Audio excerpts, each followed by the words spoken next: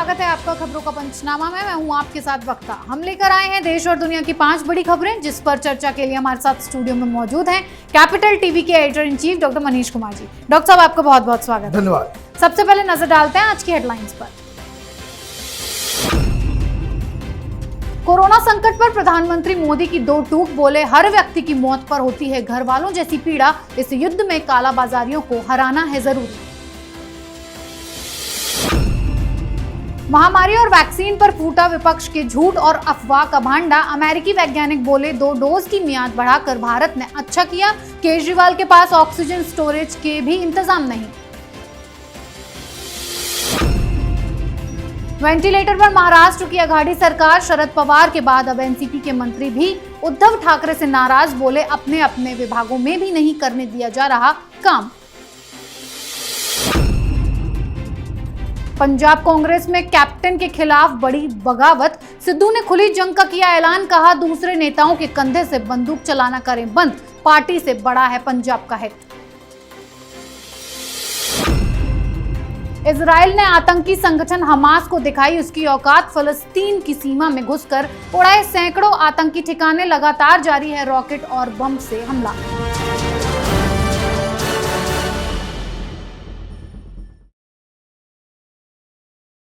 पहली खबर, कोरोना पर प्रधानमंत्री मोदी के प्रचंड प्रहार की। कोरोना को लेकर पीएम मोदी ने आज चुप्पी तोड़ी और 2 बड़ी बातें कही। प्रधानमंत्री बोले कि कोरोना से होने वाली हर मौत पर उन्हें भी उतना ही दुख होता है जितना किसी को अपने के खोने का होता है, लेकिन इस महामारी से जीतना ही होगा और इसके लिए जरूरी है कि देश में फैले कालाबाजारियों का कड़ा इलाज किया जाए। डॉक्टर साहब, प्रधानमंत्री का संदेश बिल्कुल सीधा और स्पष्ट है कि कोरोना से तो डर है ही, लेकिन उन लोगों से भी है जो देश को लूट रहे हैं। आज बहुत दिनों के बाद प्रधानमंत्री मोदी ने अपनी चुप्पी तोड़ी। उन्होंने 2 बातें कही। पहली बात यह कि उन्हें भी उसी प्रकार का दुख है जिस तरीके से देश के लाखों घरों के अंदर जो मातम का माहौल है उसमें वो भी शामिल हैं। दूसरी बात उन्होंने कही कि इन कालाबाजारियों की वजह से स्थिति और ख़राब हुई है और इसे ठीक करना पड़ेगा। और मैं आपको बता दूं कि ये केस जिस हिसाब से हिंदुस्तान में बढ़ा, आज मैं देख रहा था, बहुत ही बड़े सर्जन हैं डॉक्टर सेठी, उन्होंने साफ साफ कहा कि कई सारे लोग सरकार के ऊपर सवाल कर रहे हैं, लेकिन जिस हिसाब का ये क्राइसिस है, जितनी बड़ी महामारी जिसने इसे विकराल रूप लिया, उसमें सरकार ने जिस तरह का काम किया वो काबिल तारीफ है। लेकिन मैं आपको एक बात बताऊं, ये कालाबाजारी की वजह से कई लोगों की जानें गई हैं और कुछ लोगों ने इस पूरे सिचुएशन को एक पीआर एक्सरसाइज में टर्न करने की कोशिश की कि हाँ मदद पहुंचा रहे हैं, वो ये कर रहे हैं, तस्वीरें खिंचवा रहे हैं, ऑक्सीजन। बताइए, आप ऑक्सीजन बांटने के लिए आप अच्छा काम कर रहे हो, ठीक है, कोई बात नहीं है। प्रचार प्रसार इतना ज़्यादा हो रहा था, तो जिसके बाद सुप्रीम कोर्ट के आदेश पे अब अचानक से जब कार्रवाई शुरू हुई है, वही सारे लोग आज ये राजनीति कर रहे हैं कि भाई हम तो मदद कर रहे हैं, हमारे ऊपर कार्रवाई क्यों हो रही है, ये कांग्रेस और आम आदमी पार्टी के खिलाफ कार्रवाई क्यों हो रही है। ये सवाल सोशल मीडिया में भी डिस्कस हो रहा है कि भाई पुलिस क्यों जाकर के पूछ रही है। पूछना चाहिए, ज़रूर पूछना चाहिए, क्योंकि ये कोई सरकारी आदेश पे नहीं हो रहा, ये कोर्ट के आदेश पे पुलिस तहकीकात कर रही है कि ये जो सेवा के नाम पे ये लोग ऑक्सीजन लेकर के हर जगह मदद पहुंचाने के नाम पे सारा काम कर रहे थे, अपना पीआर जो है, अपनी राजनीति चमका रहे थे, अपना चेहरा चमका रहे थे। तो दिल्ली के अंदर ऑक्सीजन की क्राइसिस थी, तो ये ऑक्सीजन आया कहाँ से, ये बात। और मैं आपको बता दूं कि ऐसा नहीं है कि इसमें सिर्फ कांग्रेस या आम आदमी पार्टी या विपक्षी लीडर्स के घर पे या उनसे पूछताछ हो रही है। भारतीय जनता पार्टी के भी 4-5 बड़े बड़े लीडर्स के यहाँ पूछताछ की हो रही है। क्राइम ब्रांच के अधिकारियों ने गौतम गंभीर से भी पूछताछ की है, खुराना साहब के बेटे से भी पूछताछ की है, कई सारे लोगों से ही पूछताछ हो रही है। और ये जानना जरूरी है कि क्या इस तरह के लोग हमारे नेता बनेंगे, जो क्राइसिस के माहौल में अपना चेहरा चमकाने के नाम पे, सेवा के नाम पे आप एक आर्टिफिशियल क्राइसिस दिल्ली के अंदर में क्रिएट कर देंगे। दो दो हॉस्पिटल में कई लोगों की मौत हुई है ऑक्सीजन की कमी की वजह से। इस सब का हिसाब होना चाहिए। अगर इन्होंने दिल्ली में भेजे गए, दिल्ली के लिए भेजे गए ऑक्सीजन का, इसको कह सकते हैं 1 2 का 4 4 2 का 1 करके अपना चेहरा चमकाने के लिए इन्होंने होर्डिंग की है, तो इन सब के खिलाफ, चाहे वो किसी भी पार्टी का नेता हो, उसके खिलाफ कार्रवाई होनी चाहिए। जी डॉक्टर साहब, दूसरी खबर राजनीति के वायरस गैंग की। कोरोना महामारी को लेकर देश की राजनीति में विपक्ष के कई ऐसे नेता हैं जो झूठ और अफवाह लगातार फैला रहे हैं। अमेरिका से लेकर इंडिया तक आज इस वायरस गैंग को करारा जवाब मिला। वैक्सीन के डोज में समय का अंतर बढ़ाने को एक तरफ ओवैसी जैसे नेता फरेब बता रहे हैं और दूसरी तरफ अमेरिकी वैज्ञानिकों ने इसे भारत का सही फैसला करार दिया है। इतना ही नहीं, केंद्र सरकार के खिलाफ लगातार जहर उगलने वाले अरविंद केजरीवाल और ममता बनर्जी जैसे नेताओं की पोल भी तब खुल गई जब बीजेपी ने दावे के साथ कहा कि केंद्र सरकार ने समय रहते दूसरी लहर के लिए अलर्ट कर दिया था। लेकिन ये नेता सिर्फ अपनी राजनीति चमकाने में लगे रहे।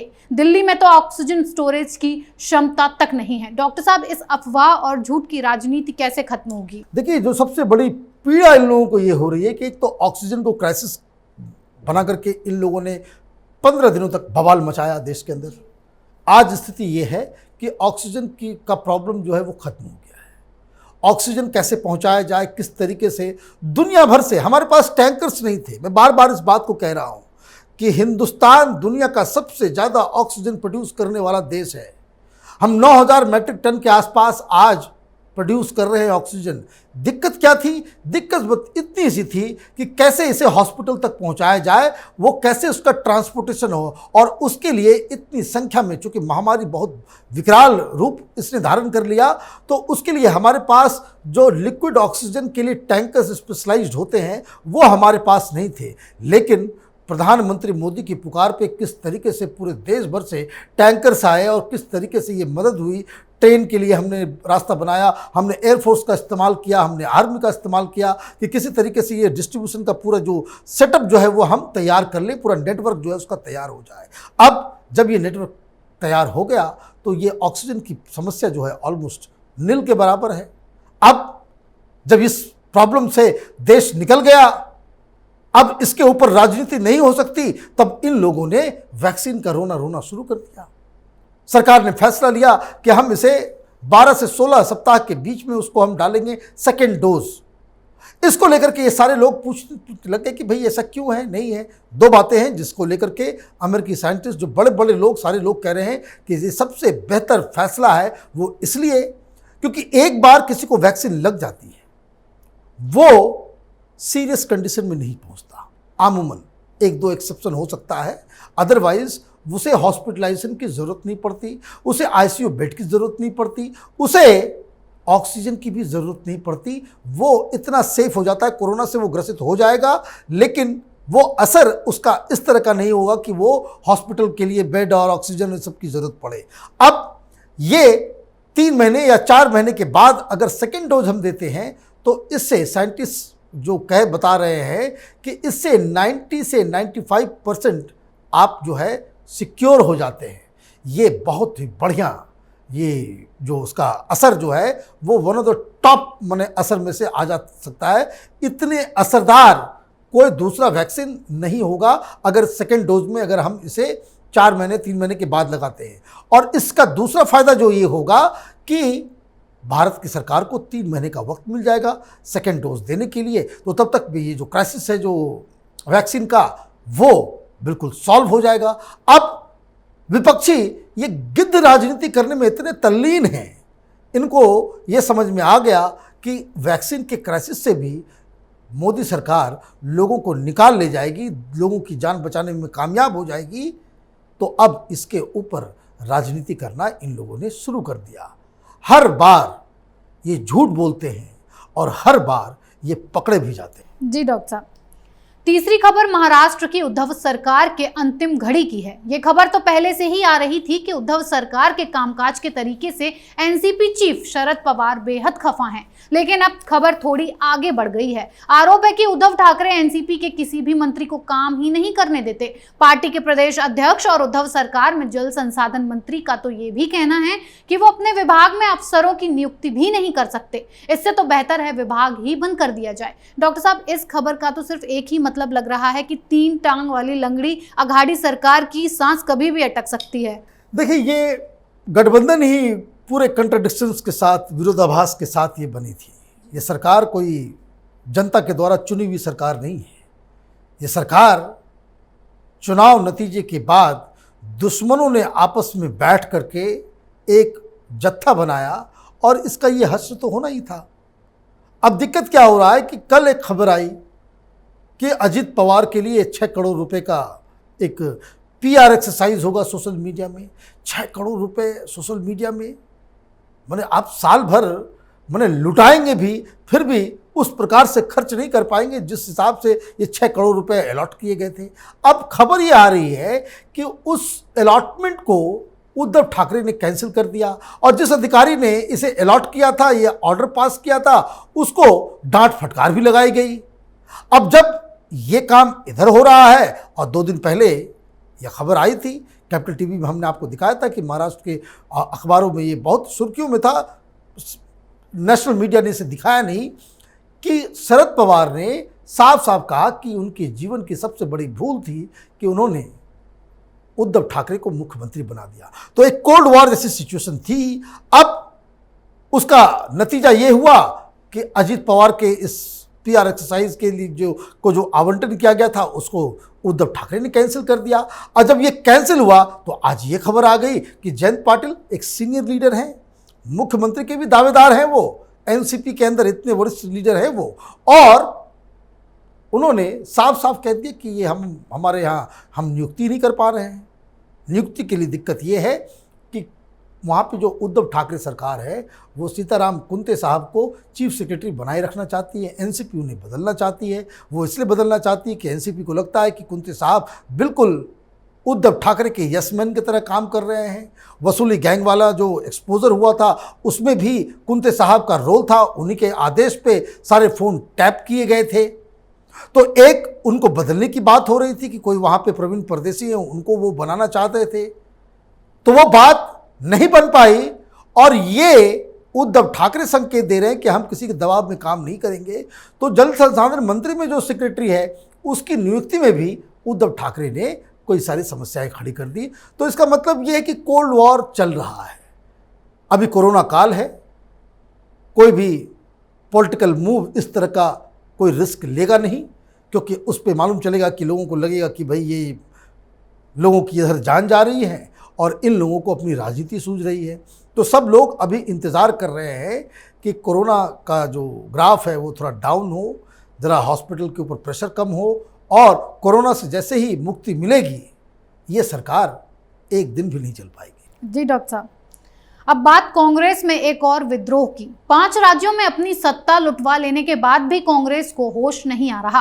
अब पंजाब में कैप्टन अमरिंदर सिंह के काम करने के तरीके से नाराज नवजोत सिंह सिद्धू ने खुलेआम बगावत का ऐलान कर दिया है। असल में सिद्धू के बागी तेवर को लेकर कैप्टन गैंग पहले से ही बहुत नाराज है और सिद्धू पर कार्रवाई की मांग भी कर चुका है। अब सिद्धू ने यह कहकर मामले को और सुलझा दिया है कि दूसरों के कंधों पर बंदूक रखकर न चलाई जाए। डॉक्टर साहब, इस कांग्रेस का अंजाम टाइटैनिक जैसा ही होगा लगता है। देखिए, कांग्रेस पार्टी एक मजबूत पार्टी है पंजाब के अंदर में, नॉट बिकॉज राहुल गांधी या सोनिया गांधी की वजह से, बल्कि कैप्टन अमरिंदर सिंह की वजह से। पिछली बार वो अपने दम पे उन्होंने चुनाव जीता था और राहुल गांधी और सोनिया गांधी ने कैप्टन अमरिंदर सिंह के ऊपर चेक लगाने के लिए इस नवजोत सिंह सिद्धू को वहाँ पे बिठा दिया था।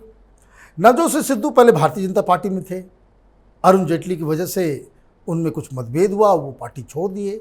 वो सारे डायलॉग्स, वो सारी जो कलाकारी उनकी है, जो पहले वो मोदी के लिए क्या करते थे उन्होंने सोनिया गांधी, राहुल गांधी के लिए कर दिया। फिर बीच में वो पाकिस्तान चले गए, बाजवा से उन्होंने हाथ मिला ली, इमरान खान की तारीफ कर दी, और ये मौका मिला कैप्टन अमरिंदर सिंह को कि उनको एक ऐसा मंत्री बना दिया बिना डिपार्टमेंट के।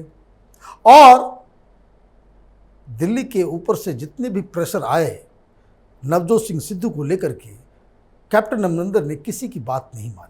अब पंजाब में अगले साल चुनाव होने वाले हैं, अब वहाँ पे चुनाव होगा तो अब नवजोत सिंह सिद्धू कहाँ जाएंगे? नवजोत सिंह सिद्धू पंजाब के मुख्यमंत्री बनना चाहते हैं। अब उनके पास ऑप्शंस बहुत ही कम हैं, क्योंकि कैप्टन अमरिंदर उनको कांग्रेस पार्टी में हिलने डुलने नहीं देंगे। ना ही नवजोत सिंह के पास इतनी बड़ी शक्ति है या पॉपुलैरिटी है या जनता उनके साथ है कि वो कैप्टन अमरिंदर का कुछ बाल भी बांका कर सके। तो अब खबर ये आ रही है कि नवजोत सिंह सिद्धू दो ऑप्शन पे काम कर रहे हैं, क्योंकि तीसरा ऑप्शन जो है वो बंद है। तीसरा ऑप्शन है कि भारतीय जनता पार्टी में उनकी फिर से वापसी हो जाए, लेकिन कांग्रेस में जाने के बाद उन्होंने इतना ज़्यादा सब कुछ कर दिया कि बिना माफ़ी के वापस उनको जो है भारतीय जनता पार्टी में लाना बड़ा मुश्किल हो जाएगा। दूसरा ऑप्शन इनके पास जो है वो ऑप्शन है कि वो आम आदमी पार्टी में जा सकते हैं। ऐसी खबरें आई है कि वो आम आदमी पार्टी से बातचीत कर रहे हैं। पहले भी उनकी बातचीत हुई थी, लेकिन पंजाब का मुख्यमंत्री तो खुद अरविंद केजरीवाल बनना चाह रहा था और नवजोत सिंह सिद्धू ने कहा था कि भाई आप मुझे पहले डिक्लेयर करो ये चीफ मिनिस्टर का फेस है, तब मैं आम आदमी पार्टी ज्वाइन करूंगा। तो केजरीवाल के दिल के अंदर तो खोट था, केजरीवाल खुद बनना चाहता था पंजाब का मुख्यमंत्री, इसलिए वो अनाउंसमेंट नहीं हुआ, वो आम आदमी पार्टी में नहीं आए। तो अब ये बात चल रही है कि चूंकि अब ये आम आदमी पार्टी केजरीवाल का ये पूरा प्लान दुनिया के सामने आ चुका है, तो अब वो पंजाब जाने का कोई रास्ता उनके पास बचा नहीं है। तो वो ये सोच रहे हैं कि भाई शायद इस बार बात बन जाए, मुख्यमंत्री का उनको फेस बना करके आम आदमी पार्टी मैदान में उतारे। और अगर ऐसा नहीं होता है तो उनका जो पहला ऑप्शन है वो पहला ऑप्शन ये है कि शायद नवजोत सिंह सिद्धू कुछ लोगों के साथ मिलकर एक नई पार्टी बनाए और पंजाब की राजनीति में वो एकला चलो रे का एक नारा बुलंद करें। तो ये सारे ऑप्शंस हैं, राजनीति है, वहाँ चुनाव होने वाले हैं, कई लोग आएंगे कई लोग जाएंगे और उसी कड़ी में नवजोत सिंह सिद्धू भी अपने फ्यूचर को संवारने में जुटे हुए। जी डॉक्टर साहब, आखिरी खबर इजराइल और फिलिस्तीन से है। आतंकी संगठन हमास के खिलाफ इजराइल ने फाइनल वॉर का ऐलान कर दिया है। हमास के हमलों का जवाब देते हुए इजराइल ने उसके कई ठिकानों को नेस्तनाबूद कर दिया है। पिछले 24 घंटों की बात करें तो 1000 से ज्यादा रॉकेट दागे गए हैं, 150 से ज्यादा ठिकानों को जमींदोज कर दिया गया है। इतना ही नहीं, अब इजराइल फिलिस्तीनी जमीन में घुसकर हमास के अड्डों को तबाह कर रहा है। डॉक्टर साहब, आतंकी मंसूबों को क्या ऐसे ही खत्म किया जा सकता है? देखिए, हमास का मिसकैलकुलेशन हो गया। ये हमास एक आतंकी संगठन है, हर बार इस तरह का वो उपद्रव मचाता रहता है और उनको लग रहा था कि भाई ये चूंकि ये रमज़ान का महीना है, ईद होने वाली है और इस वक्त पे अगर वो कोई एग्रेसिव स्टैंस लेता है तो ये 1 दिन 2 दिन वो चलेगा और उसकी तैयारी चूंकि पूरी थी, उसको लगा कि भाई आप 1 दिन 2 दिन इस तरह का एग्रेशन आप दिखाएंगे और इजराइल के ऊपर इतना ज़्यादा प्रेशर आ जाएगा इंटरनेशनल कम्युनिटी का कि फिर वो युद्ध विराम हो जाएगा। 2 मिस्टेक हुआ। हमास को ये समझ में नहीं आया कि वो जो जिन मिसाइलों के दम पे वो इजराइल को नेस्तो नाबूद करना चाह रहा था, वो उसके सारे के सारे जो मिसाइल्स जो हैं वो आइदर हवा में ख़त्म हो जाएंगे या फिर उनके ही इलाके में गिर जाएंगे। ये उनको मालूम नहीं था कि जो एयर डिफेंस सिस्टम इजराइल ने जो इजाद कर लिया है वो इतना फुल प्रूफ है कि आपने 3000 मिसाइल्स दागे, मुश्किल से 10-15 ही इजराइल के उस सुरक्षा कवच को पेनिट्रेट करके वो सिविलियन पॉपुलेशन में जाकर के गिरा। दूसरी बात ये कि आपने एक तो हंगामा कर दिया और जब आपके ऊपर हमले शुरू हो गए, जैसे कल रात भर वहाँ पे हमले हुए हैं, 450 मिसाइल्स दागे गए इजराइल की तरफ से हमास के अलग अलग ठिकानों में, गाजा पट्टी में खास करके 500 टारगेट जो है वो 150 के करीब जो है टारगेट जो है उसको ध्वस्त किया गया है। हजारों जो उसको आप कह सकते हैं कि ऑपरेशन जो है वो ऑपरेशन जारी है। और ये कब हो रहा है? इससे पहले इजराइल के ऊपर 3000 के आसपास मिसाइल्स हमास वालों ने डाले थे, और जब उनको लगा कि भाई ये तो हम फंस गए, तो इन्होंने युद्ध विराम की बात कही। और वर्ल्ड कम्युनिटी ने ज़्यादा वो दबाव नहीं दे पाई, क्योंकि एक तो हर देश अपने अपने यहाँ कोरोना के चक्कर में फंसा हुआ है, इकॉनमी को लेकर के फंसा हुआ है। सोशल मीडिया में कैंपेन होता रहा, लेकिन उसका कोई असर हुआ नहीं।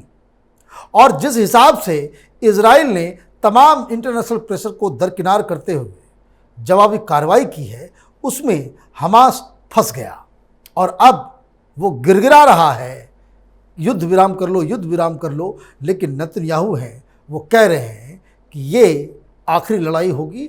इस बार इजराइल वो करेगा जिसके बारे में कोई सोचा भी नहीं था। जी डॉक्टर साहब आपका बहुत बहुत धन्यवाद इतनी सटीक और बेहतरीन जानकारी धन्यवाद। के लिए। खबरों का पंचनामा में आज के लिए इतना ही। देश विदेश की बाकी खबरों और उनके सटीक एनालिसिस के लिए देखते रहिए कैपिटल टीवी। हमें लाइक कीजिए, शेयर कीजिए और कैपिटल टीवी को सब्सक्राइब कीजिए। नमस्कार।